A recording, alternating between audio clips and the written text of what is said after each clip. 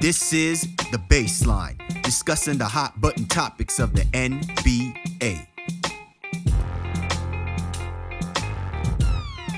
Welcome, everybody. You're tuned to The Baseline. Kawhi Warren Shaw discussing the hot button topics of the NBA.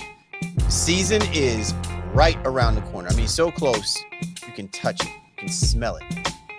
Ever fresh. Yeah. Effervescent. Yeah, exactly. That word. That word too. Because, I like to be making up words as well. But it's kind of like, grilling, summertime, right? Out in the yard with your peoples, and they know you getting it in, right? They can appreciate, the aroma of an exciting season on the precipice. That's what that is, As always, man, let me go and roll out the red carpet to my right hand, man. He needs no introduction because he usually chimes in and hits me up with the, reality check. My man, Mr. Warren Shaw, repping out of Fort Lauderdale, Florida. What's good, brother? We ready for some NBA season? We ready for some NBA basketball? We ready for the dramatization that is the NBA? We are, brother. It's that time of year. It's the best time of the year. NBA is set to tip off. We are about to start, or whatever it is, our 12th season, diving into the long process of 82 regular season games. 12, I thought it was lucky 13. No, 12? No. Okay. Yeah. Maybe I'm getting ahead of myself. Maybe for us, we need lucky 13. Well, the baseline is not going to stop anytime soon. So okay. we keeping it pushing. So, we might have 12 more years, 13 more years, who knows? But, another season here, 24-25 season for the league. And it's bound to be a good one. We're coming off, some personal highs because, as fans, our team won the NBA championship. But it's going to be very hard for them to be able to repeat. And there's a lot of conversation that's going to be centered around this league over the course of the next, 7 to 8 months here as we get into all the way into June, before we crown, we hope what would be a repeated champion for us, but the league has not had a repeat champion in 6 years. So we'll see if that trend continues. As well it should. I think if we want to really appreciate a team who does go out and win the championship and really to, they say, iron sharpens iron, if there's an expectation that we want to treat the Boston Celtics with the level of respect that these guys have obviously earned, right? It can only be magnified by what they do the following season. So it'll be very interesting to see, Shaw, like what version of the Boston Celtics come out at the beginning of this season. It'll also be interesting to see what the teams that have made a whole lot of noise in this offseason to build and structure a roster that is supposed to contend, compete, and neutralize what the Boston Celtics were able to do last season.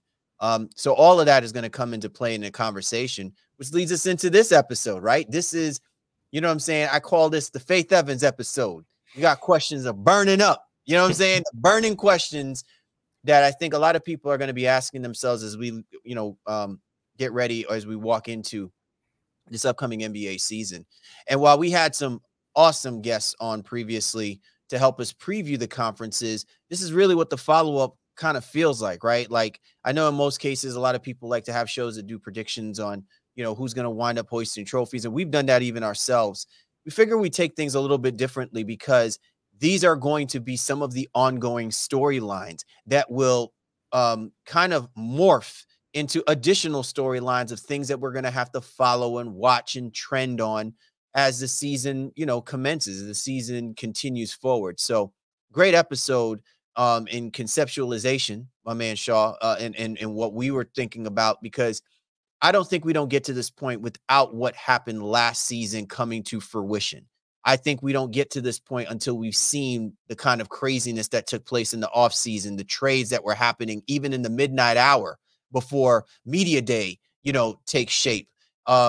Teams obviously recognize the writing on the wall, whether they think they smell blood in the water or whatever the case may be. Everybody is getting ready to shoot their shot. And I think that's what makes it, an interesting episode for us to put down a little bit, is to kind of really hone in more on those topics that I think are going to kind of resonate with people as they're watching and following their teams and the season throughout.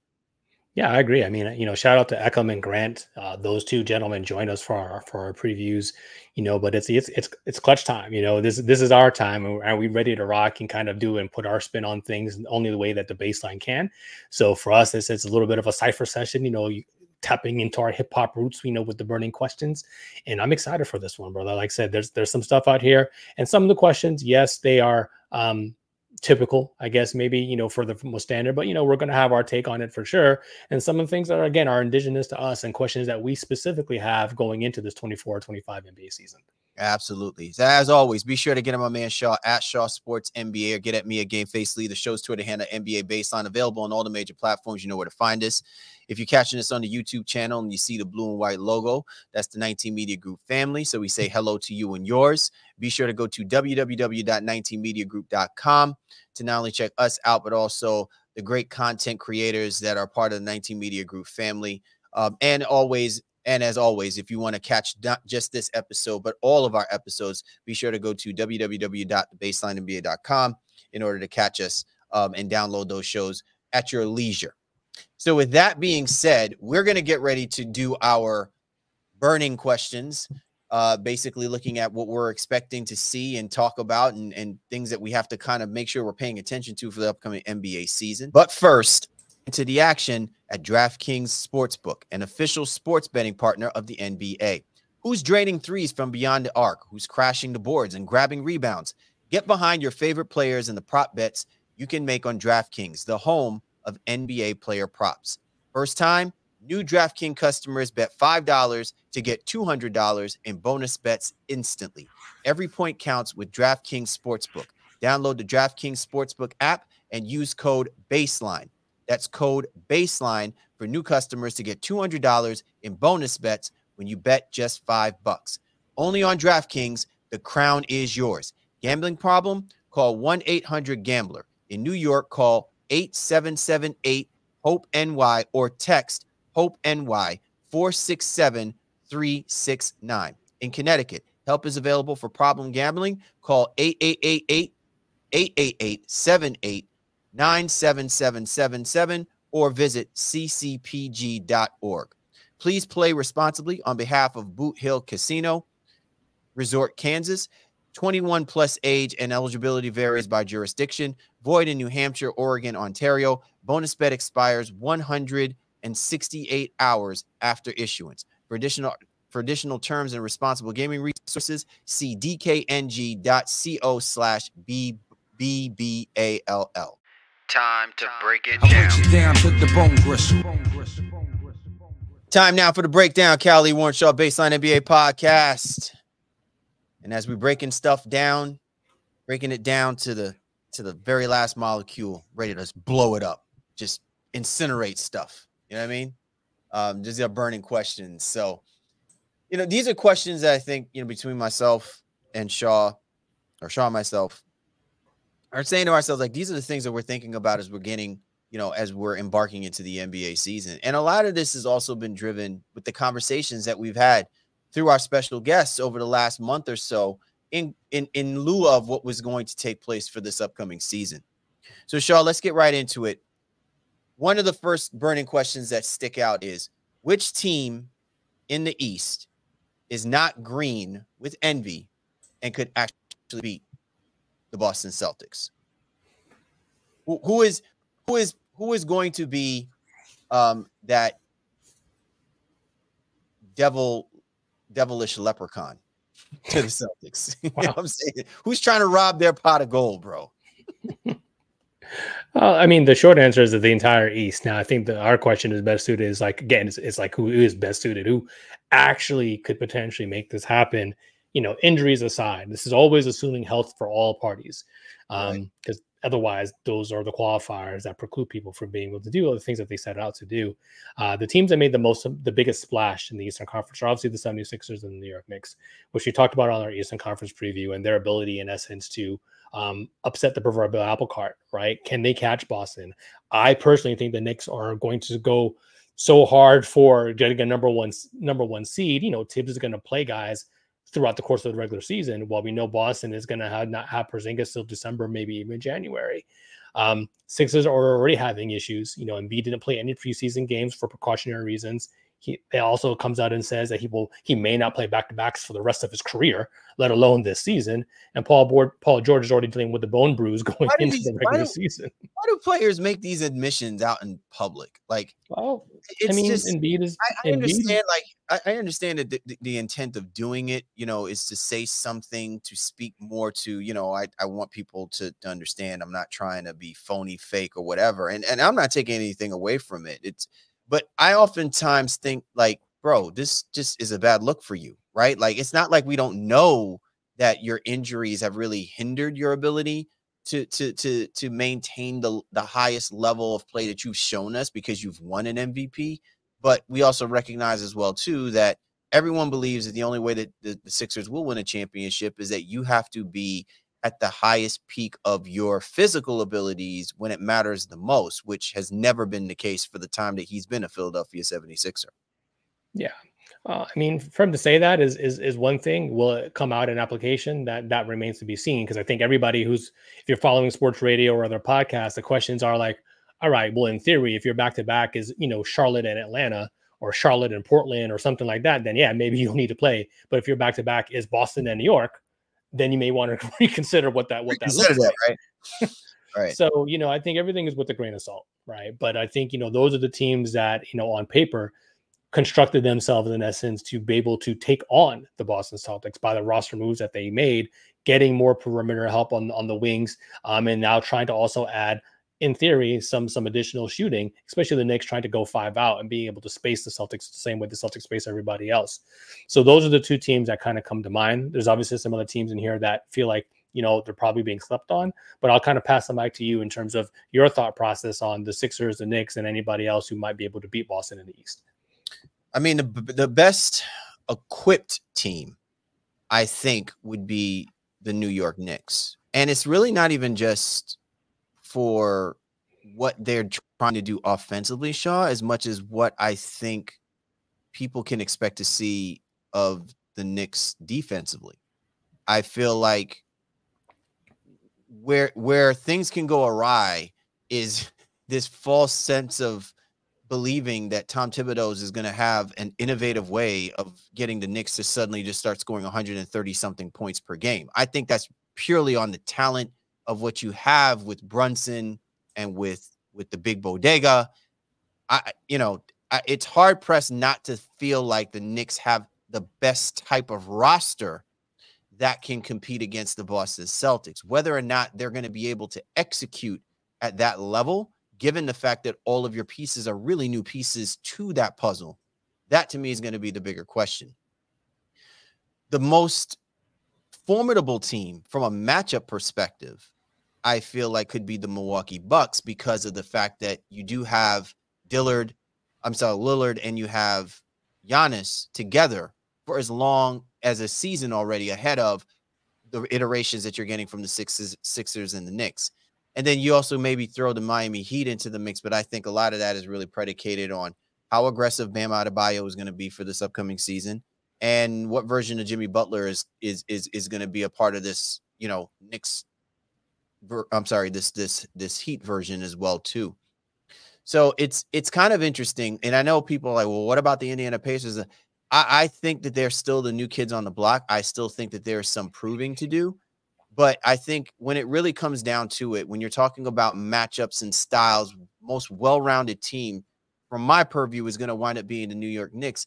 But the biggest caveat with that is, you know, you're asking a lot of guys to do a lot of things in a season in which all of them are coming from different circumstances and situations, and somebody's going to have to make the ultimate sacrifice play. And I don't know if there's enough time for them to be able to do that, even in a season, given the way that the Celtics have shown us what they had to do in order to get to this point just to win a championship. And you're basically asking these guys to leapfrog that formula of success.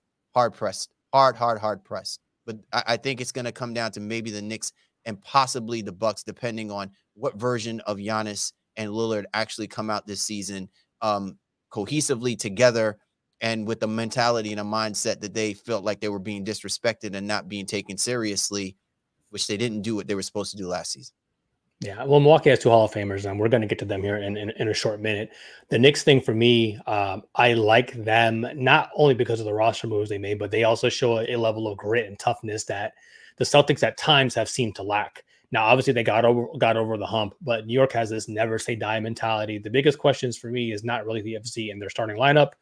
That's going to be solid. But one of Brunson or Towns is kind of always going to need to be on the floor. I'm just not sold on Bridges as a primary scorer. So if you can't have Bridges leading the offense, so to speak, I don't think that's not for championship level basketball, at least.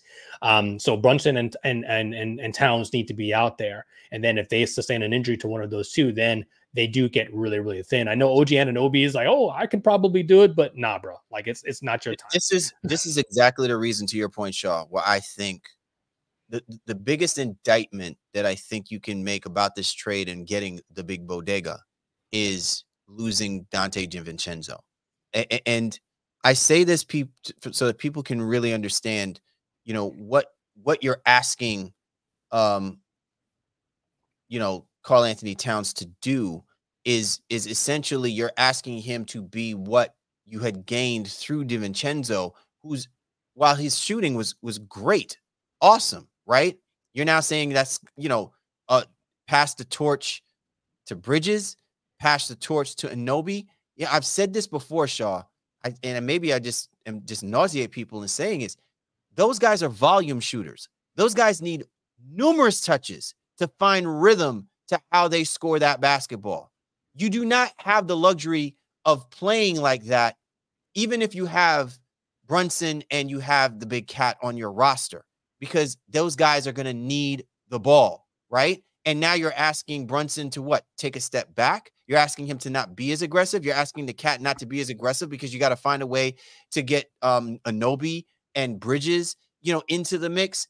Some guys may only need 6 or 7 shots. DiVincenzo was kind of that dude, right? Like he was doing so many other things to help out that he opened up that ability for him to be able to get that many shots, but he made his shots. I don't know if you're getting that same thing, with Bridges and with Anunoby, even when they're healthy. And I think that to me is the one thing that scares me the most when I look at this roster. When you need guys with minimal shots to have access to, can make the majority of them, who on the Knicks are they going to look at to be able to do that? If not, you have to put the onus back on the cat and Brunson to shoulder that load and be efficient with their scoring ability, because teams like the Sixers, teams like the Celtics are going to minimize the amount of touches that teams like the Knicks want to have for them to be able to score the basketball. Yeah, so I mean, they have to be stars in their role. So with whatever shots they get, whether those be corner threes or above the break threes, or slashes, and maybe getting out on the break a little bit, Anunoby and Bridges, I think, are the key to some level of offensive consistency for the Knicks. But they need to be set up. That's why I'm saying we're losing Brunson, or if they were to lose Brunson in any amount of time, they would really, really get things struggle to score offensively. But that's not talking about today. Right now, I think on paper, they are best suited. They have this level of toughness. They feel like, hey, they could have been there last year. They are well coached, and they're going to play their starters a crap ton of minutes. So as long as that doesn't get them, in the infirmary ward, I think the Knicks are going to be right there. The Sixers probably have the single most biggest domination threat in terms of Embiid. But again, it's always about the mentality, and then will they be healthy, when things come up. And then think about it too, is like if the Celtics play their cards right, 2 of these 3 teams are probably going to play each other before they even get to Boston. So, right. That's where things kind of land. So why don't we switch gears here, from this conversation and talk about your Milwaukee Bucks, and why don't you lead us into that?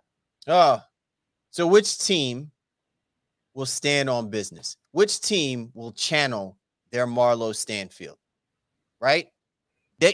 Your name is your name, right? No more of, petty hand-to-hand getting some props because, you made a couple deals in here and there and you got like your quote unquote big 3 or whatever the case may be. Now is the time, right? If you are the Milwaukee Bucks or the Phoenix Suns, to me, Shaw, this really comes down to which one of these teams are going to stand on business and really be legitimately a threat to whoever they're playing to position themselves to, being a part of the NBA Finals. Now, I think it's safe to say I don't really foresee neither the Bucks or the Bucks and the Suns getting to the NBA Finals.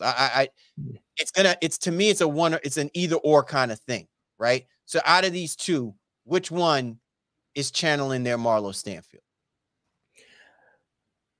I want to believe in Milwaukee. I want to believe in Doc and his ability to get them to defend from the very get-go. Dame being a little bit more focused and in shape coming into the season. You still got the issue of Chris Middleton, and those ankles. So while I want to believe, I just have a little bit more trust, I think, in what's happening in Phoenix.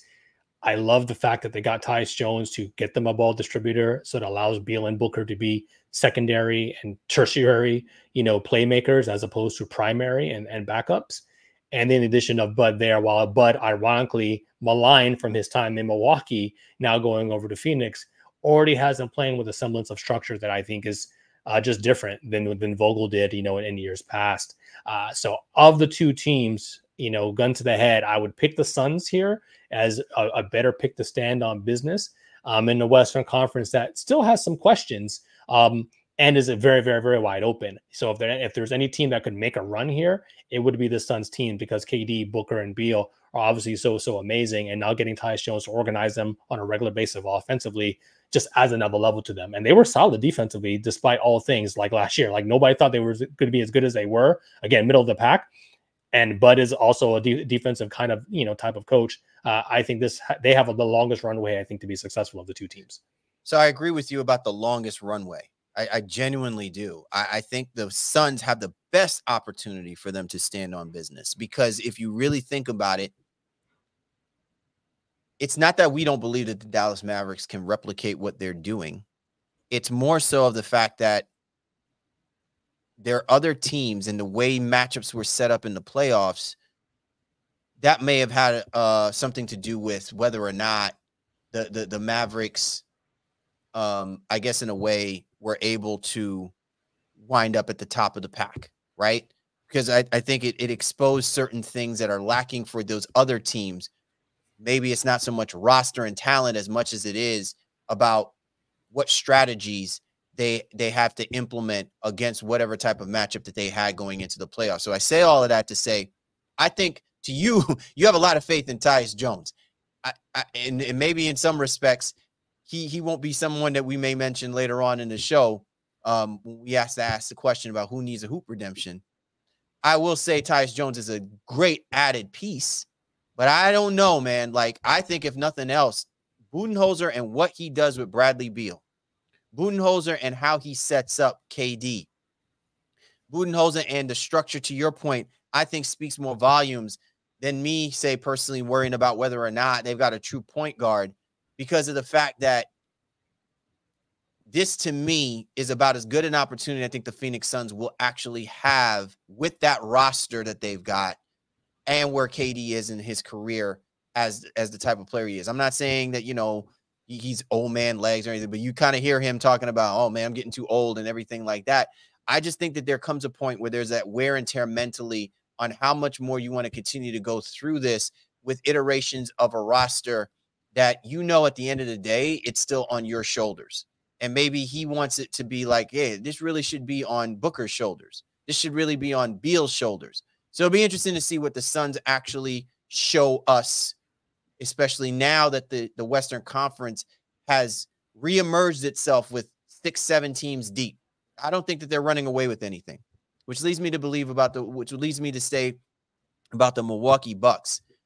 The level of drop-off that people have about the Bucks respecting them, it almost makes people feel like they're questioning how legitimate were they about winning that chip in 2019.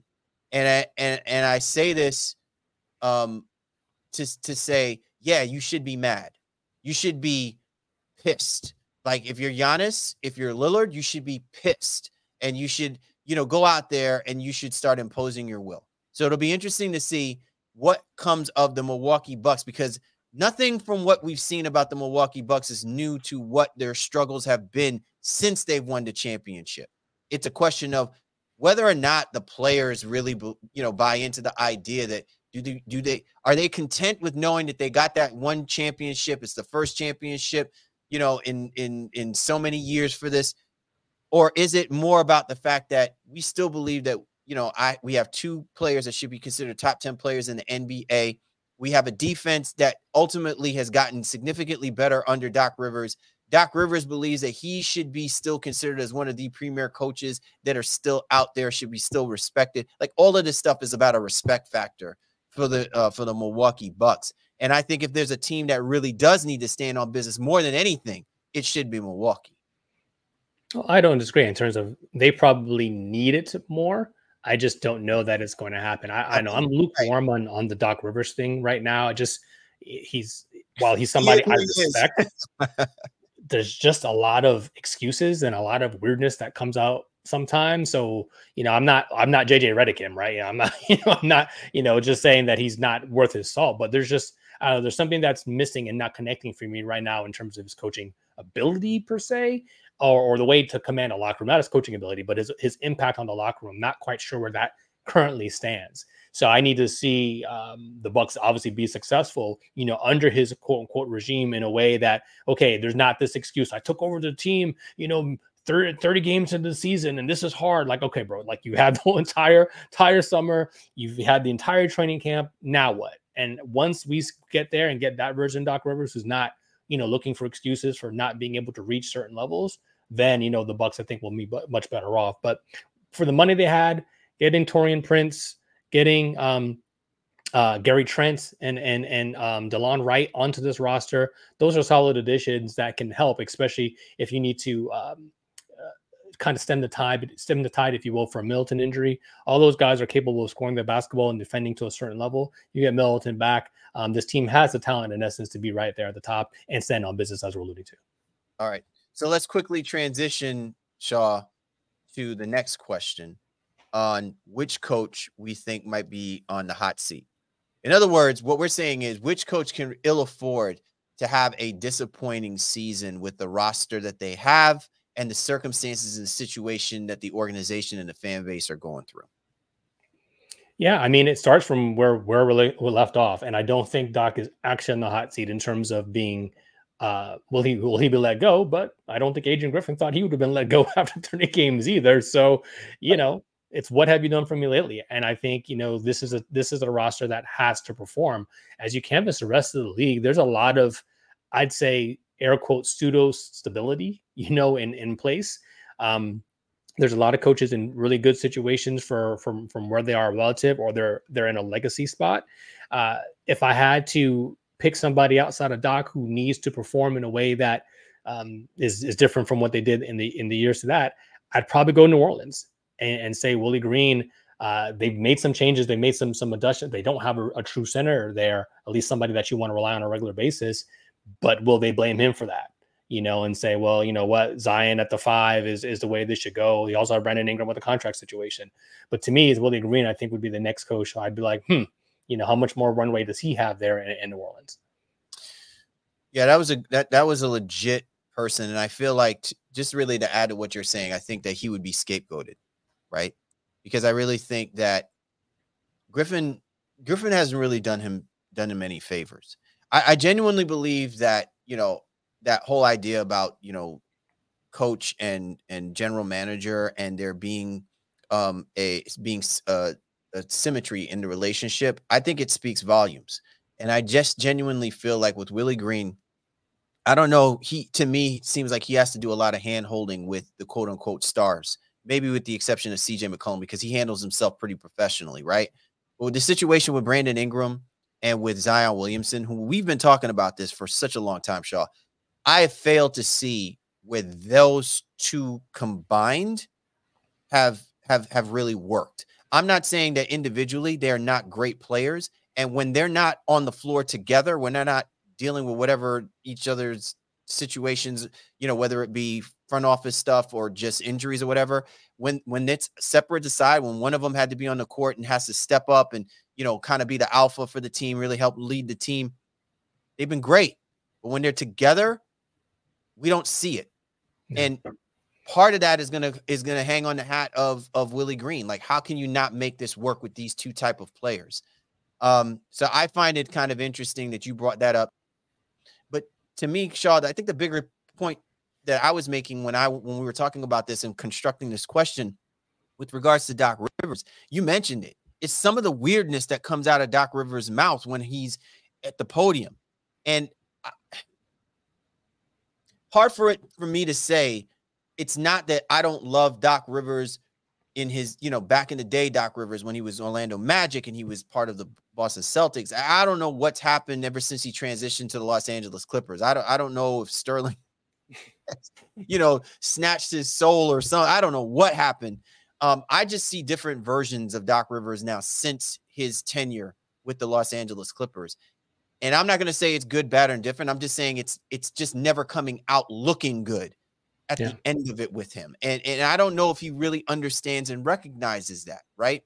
So somewhere along the line, Shaw, if he continues to kind of like say things that makes it seem like there's no level of accountability for anything disappointing that is happening with the Milwaukee Bucks, I think if you're the Milwaukee Bucks, you have to really think about this. Like, can you ill afford to have Giannis and Lillard be like disenamored? You know what I'm saying? Like, does not want to deal with all of this type of stuff because of him.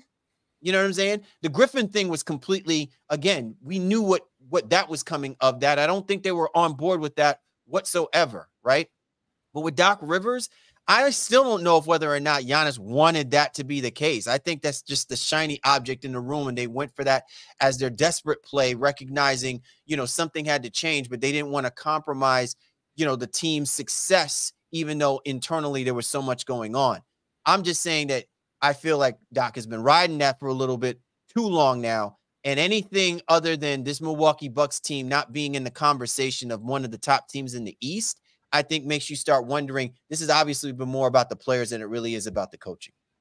Yeah, the only thing there with Milwaukee is that they're still paying Adrian Griffin. Like, let him go. They still got to pay part of his salary, right. And I think that would be their roadblock, that they wouldn't be able to do anything financially, or they can ill afford to do something again financially. It would still be just like a bad look. It would be a problem on top of a problem, but it doesn't help.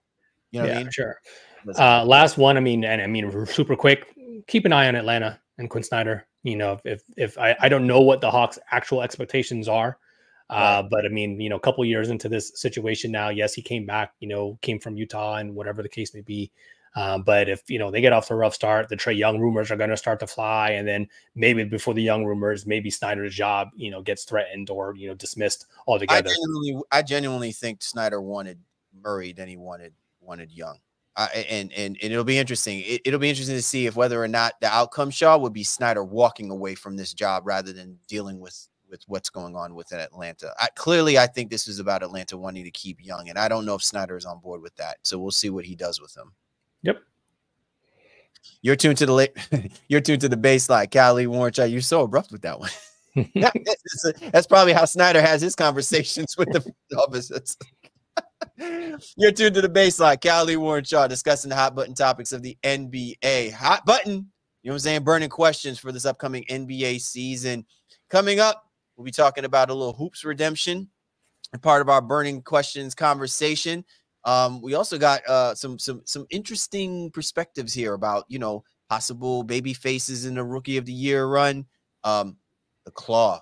Who can't have a burning question about the Claw in any conversation when it comes to talking basketball? So we got a lot of stuff to get into. Don't go anywhere. Kawhi Warren Shaw. We're back. Kawhi Warren Shaw, Based on NBA podcast. Our burning questions for the upcoming NBA season. Shaw, time for us to talk a little hoops redemption, man. Which players need this season to be their hoops redemption? Yeah, so you came up with a great list. And even, kind of off air, we're like, man, there's a lot of players who either have felt disrespected, fell off one way or the other, or just, again, they're just in a need for some semblance of, hey, it's about time that you actually do something. So Klay Thompson is somebody for me in Dallas, storied Hall of Fame type dude who left the Golden State Warriors, now probably took less money in essence to kind of go there out of some semblance of spite. But does he put the Dallas Mavericks over the hump? And in what role is he willing to play in this? I think redemption for him is going to look very different than maybe some others may want it to look like. But he just needs to be consistent. Needs to be a guy who doesn't have like consistent offers from three or from the field goals. There was already been some consternation around him during the preseason.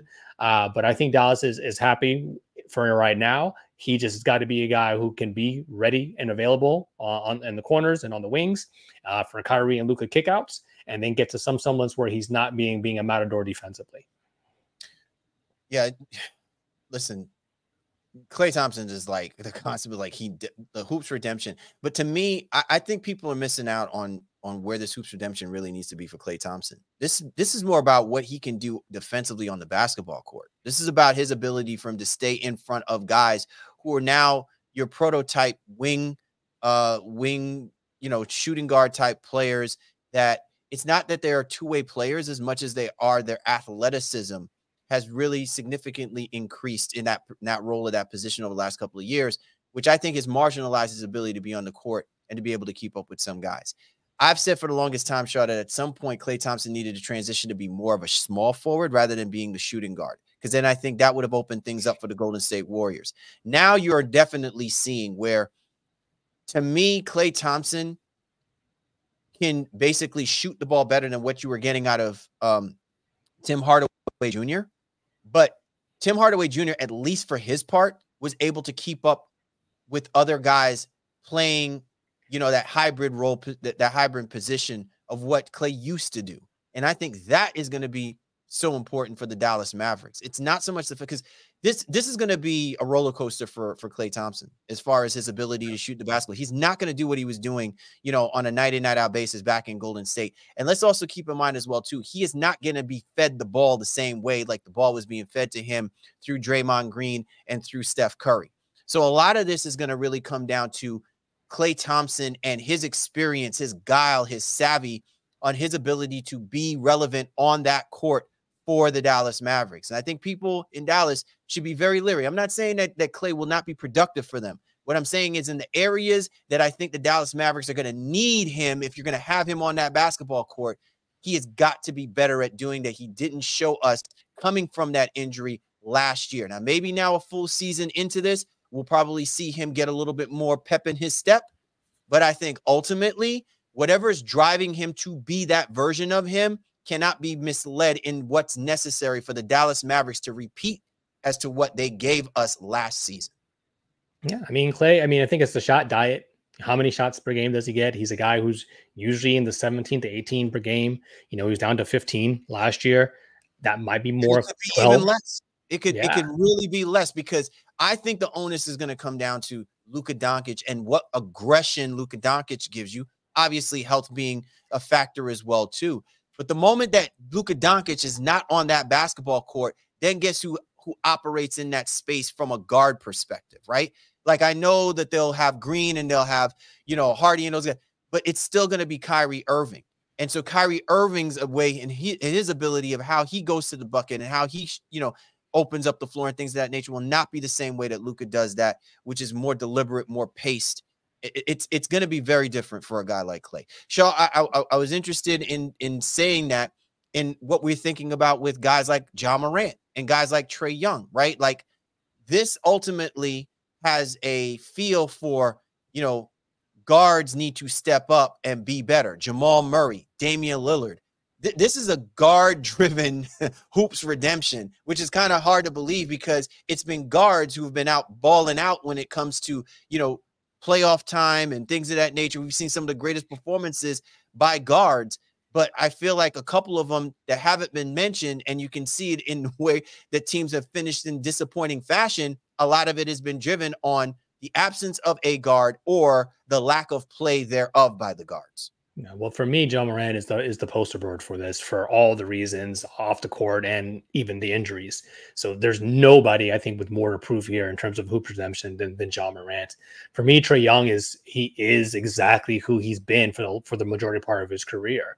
So I don't know if there's another level for him to redeem. I think at this stage, I think I'm past the fact that he's this star of a Eastern Conference title type team, if you will, like getting to the Eastern Conference Championship. I don't think that's who he is. I think it was a magical run. I think we're kind of off of that right now. So yes, he's a guy who's going to get you 25 to 20 points per game, going to average 10, 11 assists. The numbers are going to look great. but I don't know that it's going to lead to winning. So I don't know what redemption looks like for Trae Young for me. But for in this conversation, Ja, even Dame, you have Zion here. Zion played the most amount of games he's ever played in his career last year, but also wasn't able to stay healthy within the playoffs. So redemption for Zion is get into the playoffs and at least finishing the playoffs healthy. That will be a big first step. But I think John Morant to me is there's no bigger person on this list than him. Zion Williamson, to me, I think has a very, very large weight on his shoulders when I think of Hoops Redemption. And look, I'm the one who put Zion Williamson on here. I think most people are just relieved that you actually, to your point, Shaw, he played the most games in the regular season, but wasn't available in the playoffs. This to me has nothing to do with his play and availability, because I'm beyond what my expectations are of him when he's on the court. I think when he's on the court, he could be one of the most dominant forces, in the conversations that we talk about with the likes of Joel Embiid, Giannis Antetokounmpo. You know what I'm saying? Like, he could actually take over games like that. It's the desire and the willingness to do that when it matters the most that I think that really still concerns me. And I can't believe that we're still having this conversation, because everyone still keeps propping up how he's that kind of guy that can give you 27, 8 and 8, like, or 27 and, 8 rebounds and, just be a physical force in nature down there. And I'm like, yeah, but I see it once every 3 games. So like, even his availability, him being on the court, but not giving that to you on all 3 games still is a problem, right? Like, if Joel Embiid is going to give that to you, he just needs to stay healthy. But even when healthy, Zion Williamson does not give that to you on a consistent basis. And that's a maturation thing. That's not so much a thing about whether or not he physically can go out there and do that. I just think that and I've said this before, Shaw, because remember, we've had these conversations in the past, even our boy Nunzio, who's been a staunch Zion Williamson. And I'm not calling him out on this because there are a lot of people who still feel this way about Zion Williamson. I say Zion Williamson is a great 1B player, great 2A player.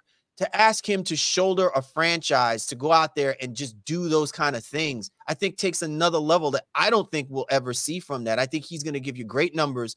But if you want the Pelicans to be taken seriously, somebody else has to go out there. And I thought that was the reason why they got a CJ McCollum. But somebody else has got to go out there and take that burden off of his shoulders, because I still don't think he still knows how to do that. So if we're talking about Hoops Redemption, if he's been saying that he believes he's that guy and wants to be that guy, then this needs to be the season that he proves that, because the Pelicans are always in this conversation where they look good at certain parts in the regular season and then they fade away, and then no one can take them seriously, even if they're either a play-in team or a playoff. Sure. Yeah, with Zion, for me, all those points make sense, especially going back to last year. He played the most amount of games, as I alluded to, but he didn't look good for the first, I'd say, 30 games. Like, he actually played himself into shape. So I understand that level of consistency. Can you do it for the full whatever? I won't say 82 for him, call it 72, for him, whatever games that he's actually going to play. But being consistent throughout is going to be the key for redemption. Not necessarily from a redemption standpoint, but just, hey, great to see him back. Shout out to Lonzo Ball and the Chicago Bulls. So whatever he's able to do on the court, I think is going to be a redeeming story, just for him to be able to be healthy and finish this season. Great to see him back so far in preseason. Absolutely. You are tuned to The Baseline. Callie, Warren Shaw, discussing the hot button topics of the NBA. Coming up, we got some more burning questions. Kawhi Leonard, is it time for him to wrap it up? Is it time for him to put the claws back in the shed? Victor Wembanyama, of course. How can you have not have a burning question about the phenom that is Victor Wembanyama and other great stuff? And probably a great burning question would be like, who do you think is going to win the MVP? It's up for grabs. So we got all of that and so much more. But first, are you craving nonstop hoop action? NBA League Pass is your ticket to the ultimate basketball experience. Enjoy live games, on-demand replays, and exclusive behind-the-scenes content across a variety of devices. With NBA League Pass, you'll get more games. We're talking regular season and select playoff matchups, more features, including multi-view angles, in-depth stats, and behind-the-scenes stories. More access. Catch your favorite teams and players anytime, anywhere. Stay up with the NBA like The Baseline does. League Passes for fans who live the game. Sign up now at link.nba.com/LP19MG. That's link.nba.com/LP19MG. More Baseline. Callie, Warren Shaw. Don't go anywhere.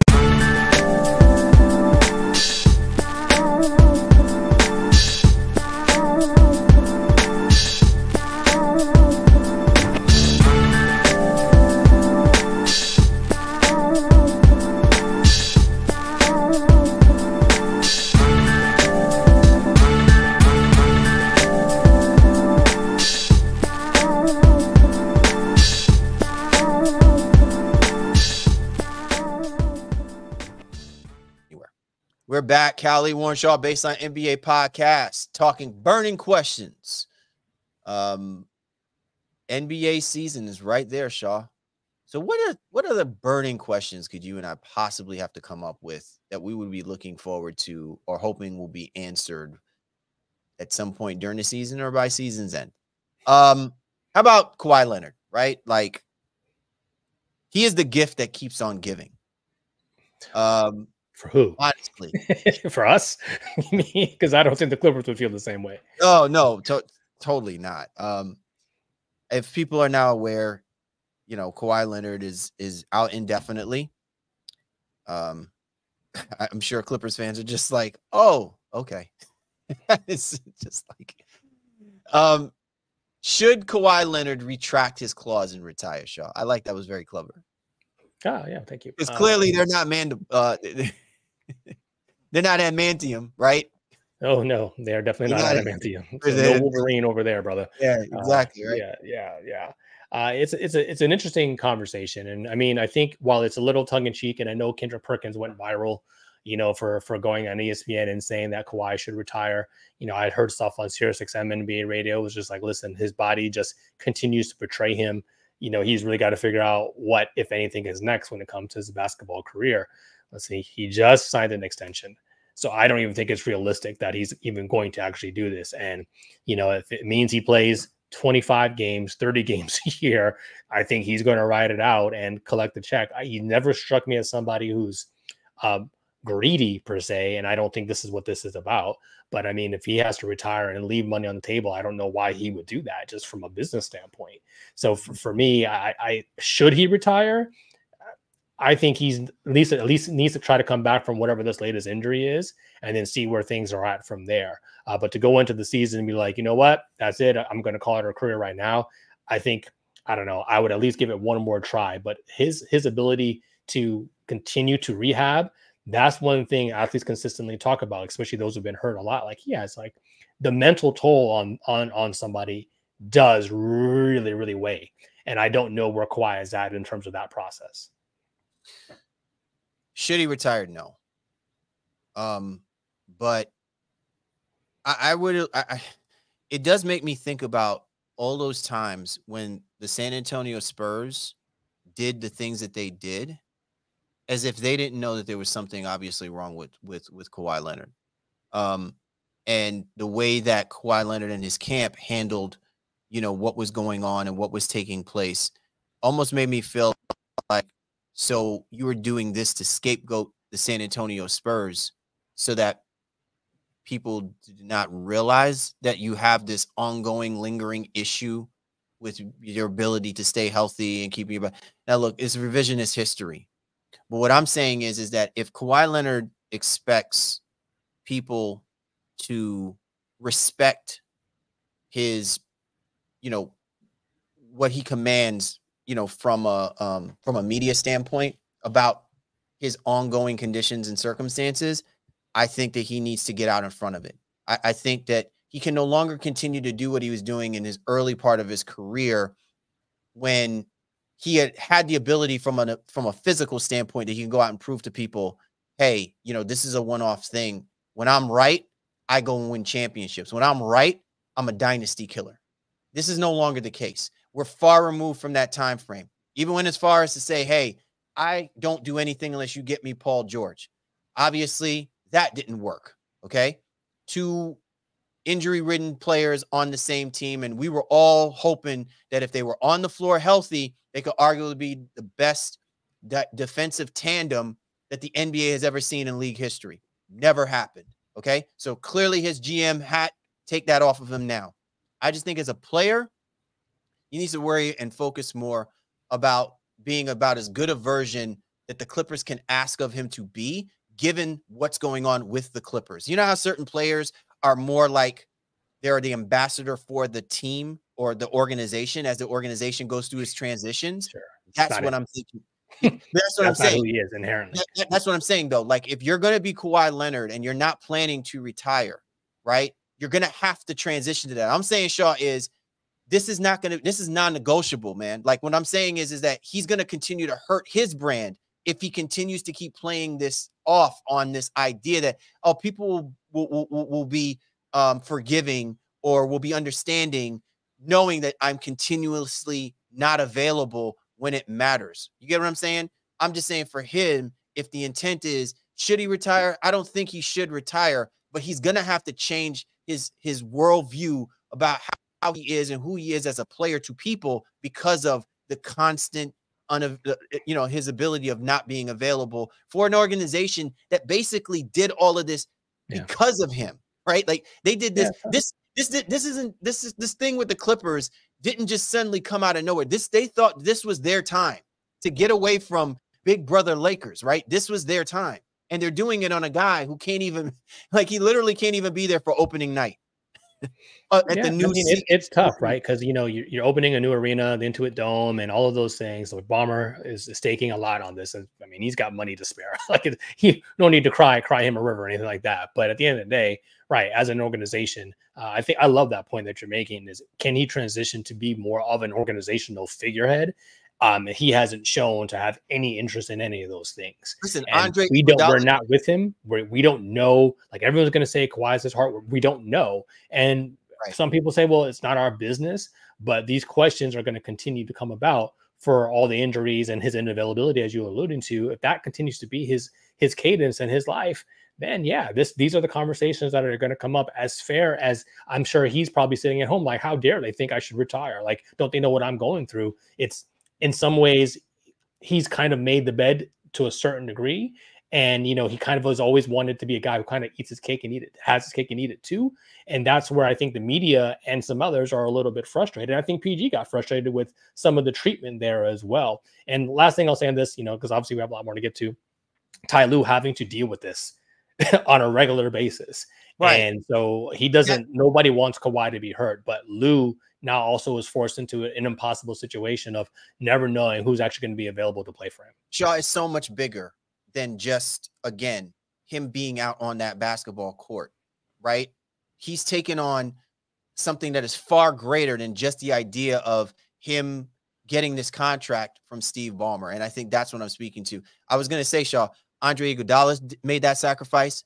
Grant Hill's made that sacrifice. Sean Livingston has made that sacrifice. Rudy Gay has made that sacrifice. There have been numerous players, right, that have made that kind of sacrifice, but have not made nearly as the kind of money that Kawhi Leonard has made off of the Los Angeles Clippers. And given the circumstances of where the organizations were, far, far, far outweigh that. And I think that's something that has to be taken into consideration when we're talking about this aspect of whether or not he should or shouldn't retire and stuff like that. I'm talking about the lasting effect of what may happen to his legacy and what will happen to the Clippers organization. And remember, he's tied to that.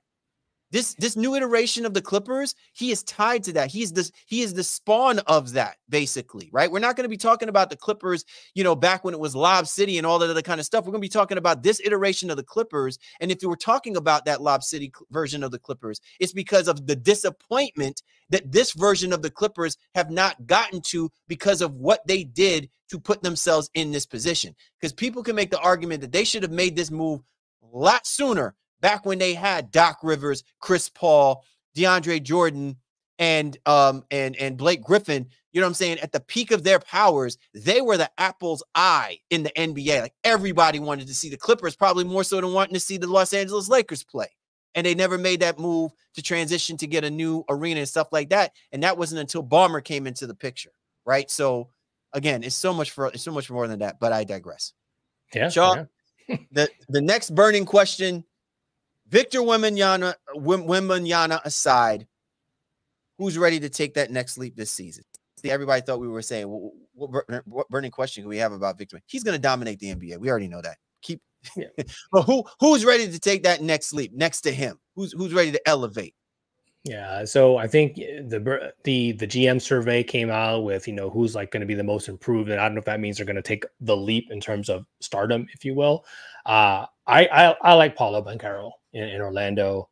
Even I was watching a preseason game a couple weeks ago, or this week rather, and he made a move off the bounce. It was just, a setting up right hand dribble, kind of like paused, hesitated, went behind his back, dropped the defender, went dribble left, all the way to the basket. I was like, if this is really who he is off the bounce and then continuing to expand on his ability to shoot the three ball, like this is definitely a star in the making. So I got Paulo as a guy who is going to be kind of more of a household name into this conversation this year, challenging for all-stars. And I won't go so far as to say it's challenging for all NBA. I don't think he's quite that far along just yet, but I think this is a year he's going to become more of a household name.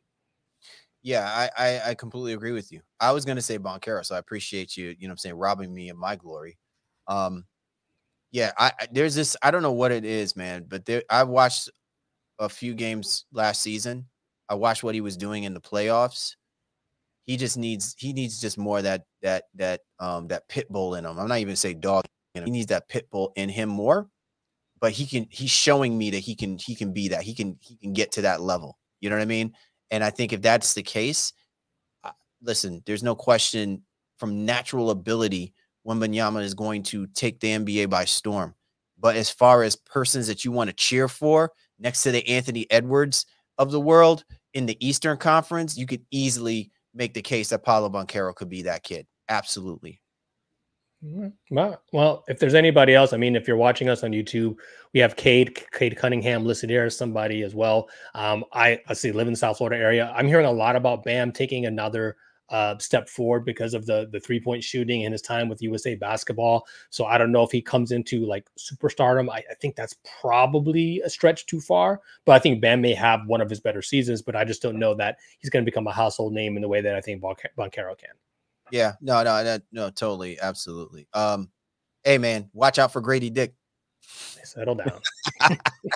Hey, he put on 13 pounds in the off season, man. These kids, they put on weight.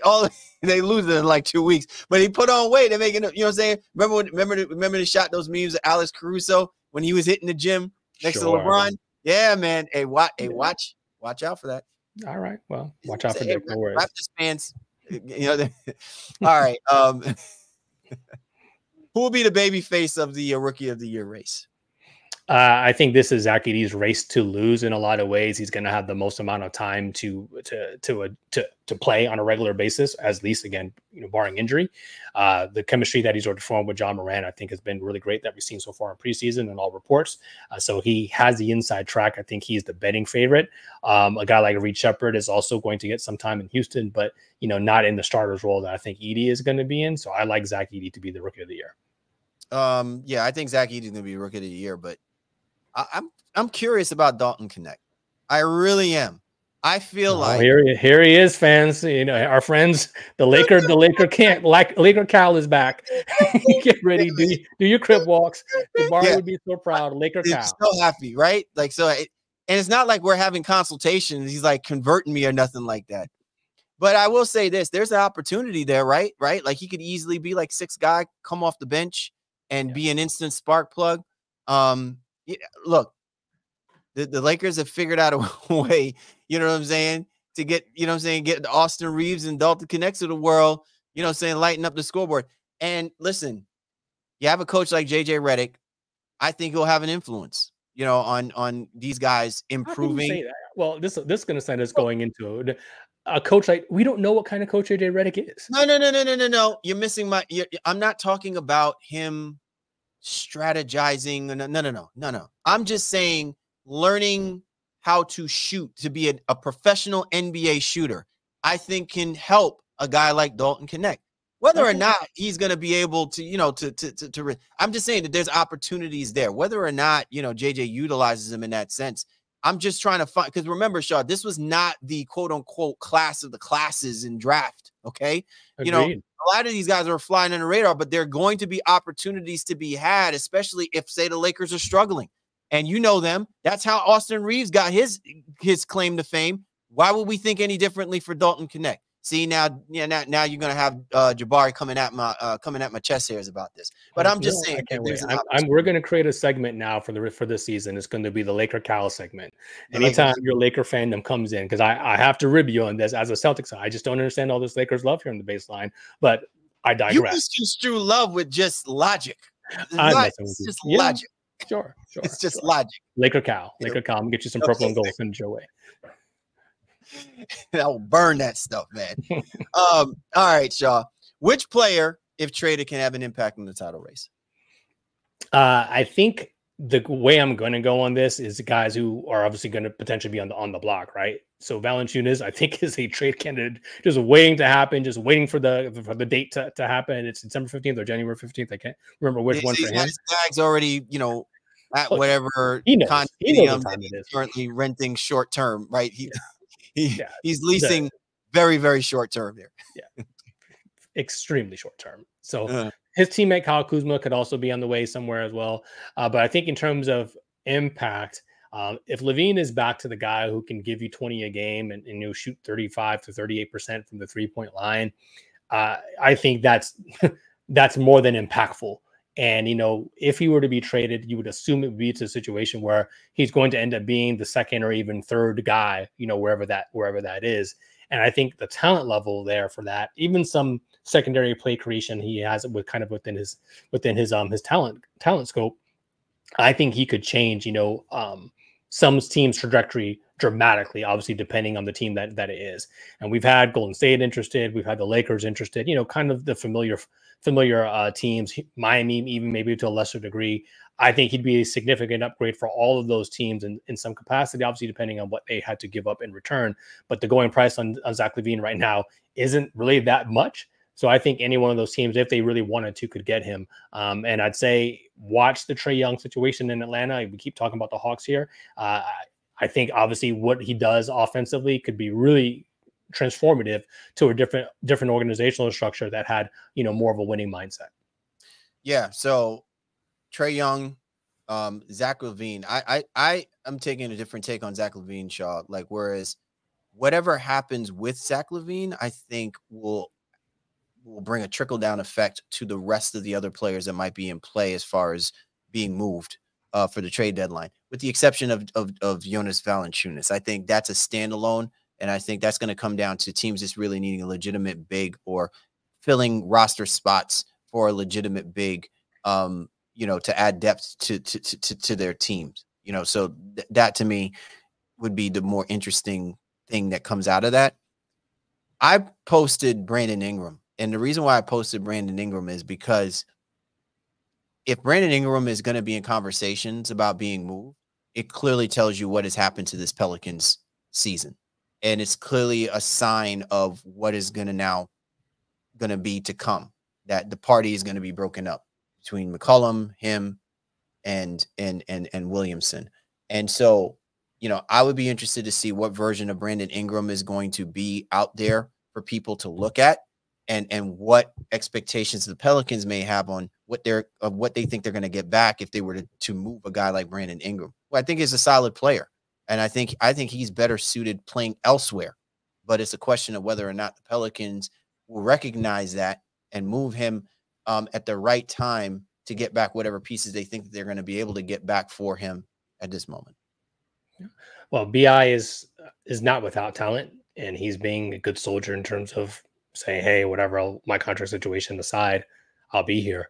But I think that's the caveat to this. Trading for him, knowing that you need to give him a contract on top of it, is where I think some teams are a little bit shy right now, where Levine's money is kind of tied up. It might be more than some teams want to pay. So there's that to be considered. Watch Milwaukee.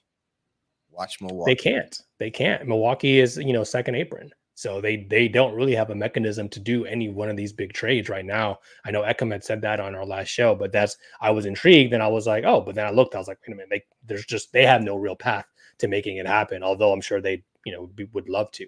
But either way, these are guys that I think all very good picks in terms of could shift the landscape of how the playoffs and stuff like were to go if they were moved to the right team.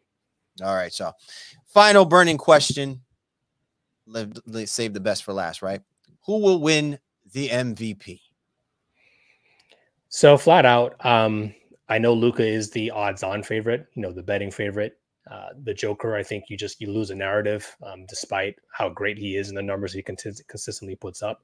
So I think Luka is he always ends up being a little bit short.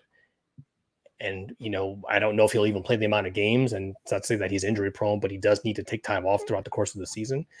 So I think SGA and I think Brunson have real shots here. And I'm going to go out on a limb, if you will. And I'd say I'm going to give the nod to Brunson from my side. I just think the Knicks are going to just play so hard for that number one seed in the Eastern Conference.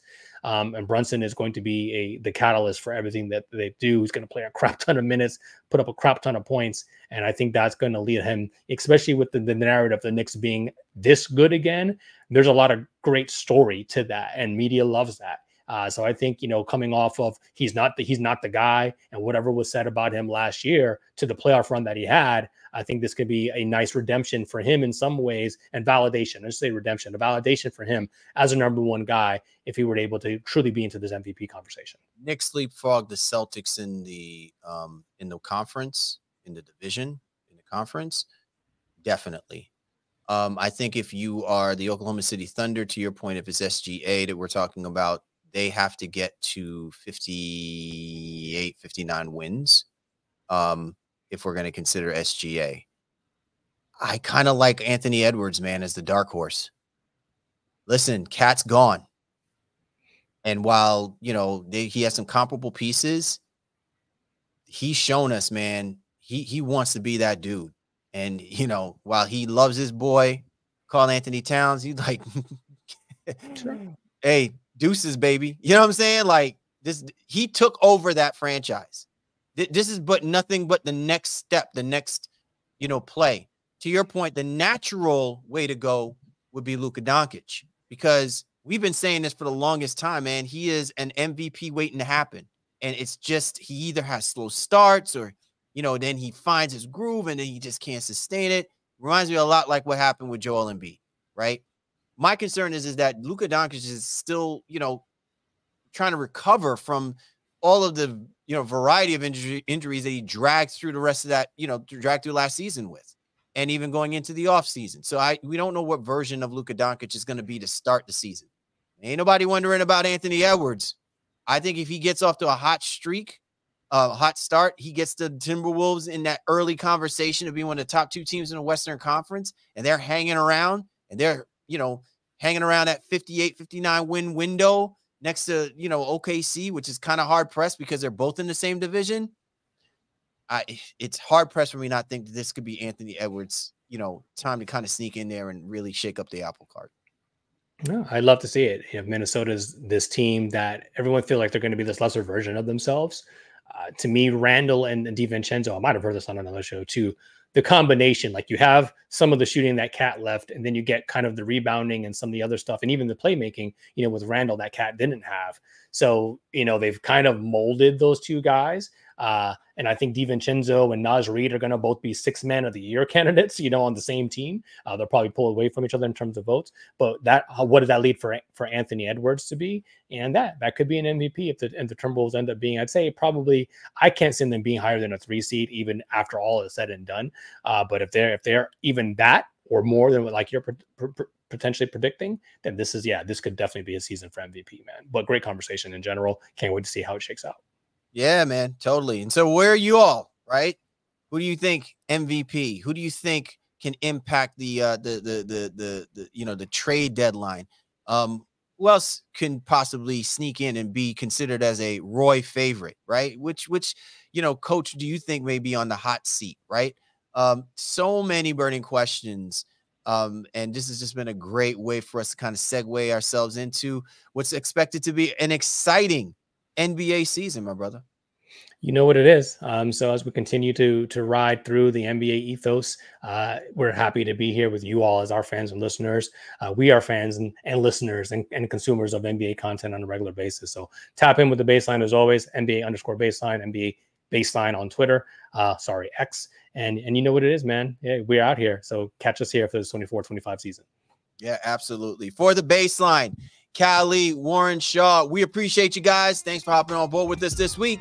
We'll catch up with you next time.